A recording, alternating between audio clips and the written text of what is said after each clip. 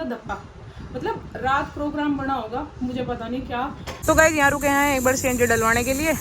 तो अपने फरसे से अपनी माता का जो सर है वो धड़ से अलग कर दिया। यहाँ भीड़ आज भी बहुत ज्यादा है, बाहर ही नहीं पता चल रहा था भीड़ का, लेकिन अंदर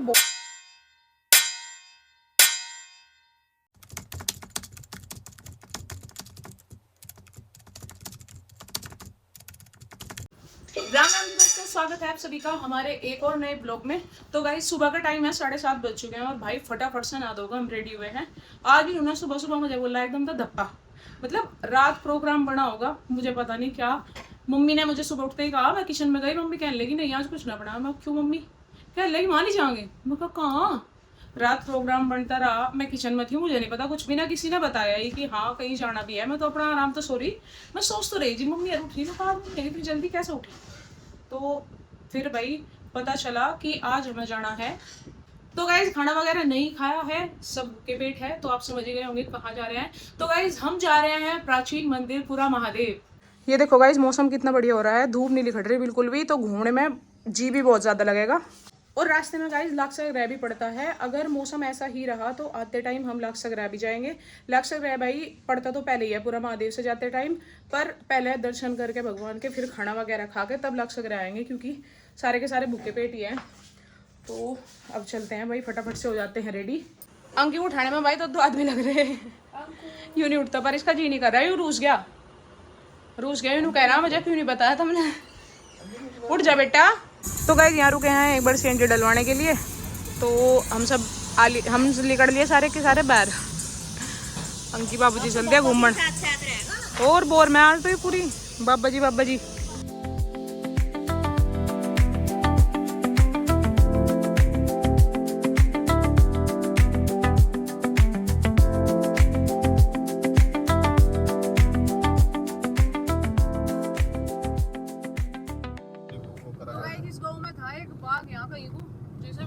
पापा जी आए होंगे, आप आए थे पापा जी वहाँ? हाँ बेटा, क्या था उसमें जामन का? उसमें जामन के पेड़ थे बहुत बड़े बड़े। अच्छा। और मोटी मोटी जामन, और एक उसका रखवाड़ा रहा करता था उसमें। अच्छा। तो वो लीप कर रखा था उसके नीचे को, जिससे जामन फूट के और खराब ना हो। अच्छा। और आने जाने वाले खाओ दे खूब। तो बेचता होगा वो तो? नहीं बेचन था बेटा, फ्री में ही? फ्री में, बिल्कुल फ्री। वो साफ सुथरा रखता था। हाँ। अच्छा उनका होगा मम्मी पापा? हाँ भाई खा ले सब। वो फ्री सेवा करो था बिल्कुल, कहना है ऊपर नहीं जाना किसी को भी। ये गांव है मार का, ये गांव है भाई पुरसनी, यहाँ पे हमारी माँ जी का घर है। यहाँ माँ आप कहीं कोल्ड ड्रिंक पीना आती होगी पहले। माँ जी कोल्ड ड्रिंक पीती होगी। नहीं अरे वो एक और थी उसमें बाग में गड्ढे रखा था बेटा, बहुत बड़े बड़े मोटकने पानी के, कच्चे गड्ढे पानी पीने के लिए। अच्छा बाबा। हाँ यो है देख, मतात नगर लिख रहा है, देख मतात नगर, ये रास्ता जा मार के गांव में। कौन सा गांव है?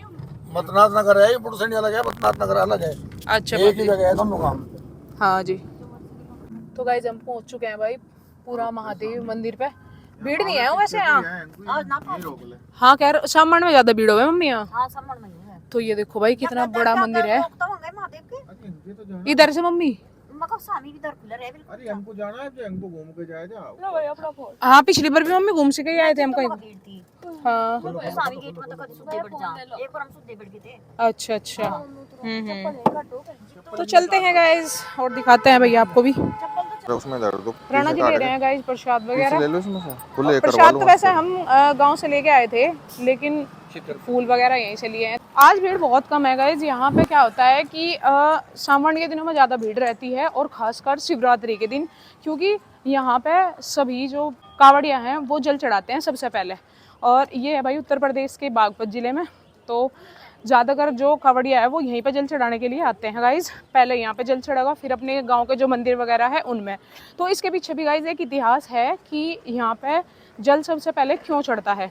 तो परशुराम जी जो थे उनके माता पिता भाई कजरी वन में रहते थे। यहाँ पे पहले कजरी वन था, तो इस कजरी वन में रहते थे उनके माता पिता। उनकी माता का नाम था रेणुका, जो हर रोज मिट्टी का कच्चा घड़ा बनाती थी और हिंडन नदी से जल लाके शिवलिंग पर चढ़ाया करती थी। जो परशुराम जी के पिता थे महर्षि, वे एक दिन भाई आश्रम में नहीं थे, वे आश्रम बना के रहते थे वहीं पे। तो एक दिन वो आश्रम में नहीं थे, तो उनकी जो माता थी रेणुका वो वहाँ पे उपस्थित थी। तो जो हस्तिनापुर के राजा थे उस टाइम वो थे सहस्त्रबाहु। तो उन्होंने क्या करा कि वो आए आश्रम में और कामधेनु गाय को वहाँ से ले जाने के लिए ज़बरदस्ती करी। तो रेणुका जी ने उनका विरोध करा, तो वे उस चक्कर में उन्हें उठा के ले गए। तो जब महर्षि आए तो वहाँ पे वो नहीं थी। फिर वो नेक्स्ट डे जब वहाँ से आई तो महर्षि ने उन्हें रखने से कर दिया था इनकार, क्योंकि एक रात वो वहाँ रुक चुकी थी। तो उन्होंने बोला कि मैं अब आपको यहाँ नहीं रखूँगा। और गाइस आप देख सकते हैं यहाँ भीड़ आज भी बहुत ज़्यादा है। बाहर ही नहीं पता चल रहा था भीड़ का, लेकिन अंदर बहुत ज़्यादा भीड़ है, आप देख सकते हैं। पर भाई सावन के महीने में तो यहाँ पैर रखने की भी जगह नहीं होती, और जिस दिन शिवरात्रि होती है उस दिन तो पूछो ही मत। तो गाइज राणा जी गए हुए हैं गाड़ी लेने के लिए, क्योंकि काफ़ी दूर पड़ गया यहाँ तक। तो गाड़ी लेके आएंगे तब हम जाएंगे अंदर। राणा जी भी आ चुके हैं गाइज गाड़ी लेके। तो अब करते हैं हम दर्शन। तो गाइज अब हम दर्शन कर लेते हैं, और गाइज बाकी की जो कहानी मिलेगी वो सुनने को मिलेगी आपको दर्शन करने के बाद।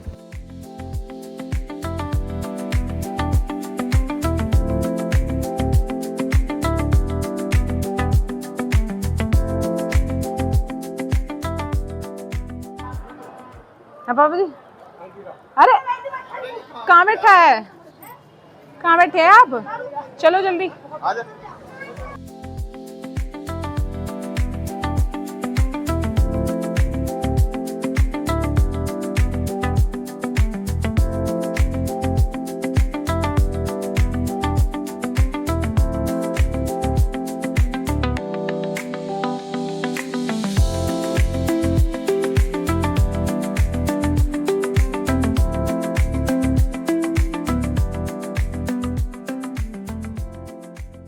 उन्होंने बहुत चीज़ें कही कि नहीं ऐसा नहीं था वैसा नहीं था, पर महर्षि जी ने उन्हें वहाँ नहीं रखा। उन्होंने अपने पुत्रों को आदेश दिया कि तुम इसका वध कर दो।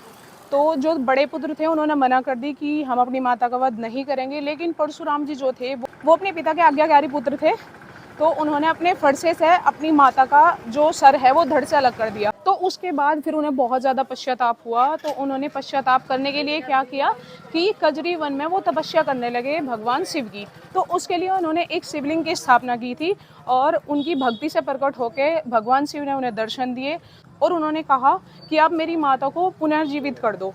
उसके बाद क्या हुआ कि भगवान शिव उसी शिवलिंग में विराजमान हो गए थे। तो तब से मान्यता है भाई, यहाँ की बहुत ज़्यादा मान्यता है इस मंदिर की। तो यहाँ पे फिर परशुराम जी ने फर्स्ट टाइम क्या किया था कि वो हरिद्वार से जल लेके आए थे और सबसे पहले उन्होंने इस शिवलिंग पर चढ़ाया था। तो तब से यही मान्यता है कि हरिद्वार से आने के बाद सभी भक्तजन पहले ही यहीं पे जल चढ़ाते हैं। ये गाइस यहाँ पे मन्नत के धागे बांधे जाते हैं भाई। पिछली बार मैं भी बांध के गई थी, लेकिन वो मन्नत अभी मेरी पूरी नहीं हुई है। और तो गाइस अब हम चल दिए भाई घर की तरफ। अभी मौसम तो काफी अच्छा है, तो देखते हैं लक्ष्य ग्रह में भी जरूर जाएंगे। तो चलो गाइस चलते हैं। भूख लग रही है बहुत तेज, इसे लग रही है अंकित जी को प्यास।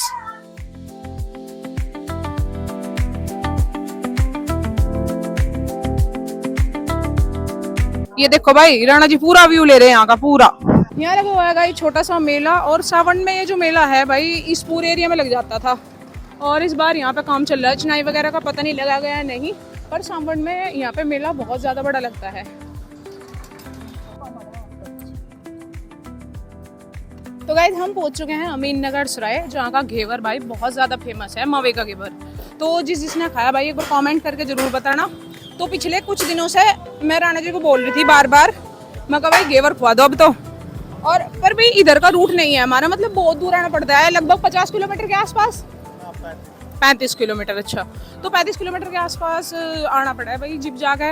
यहाँ से अमीन नगर सराय पड़ता है हमारे से, मतलब 35 किलोमीटर दूर।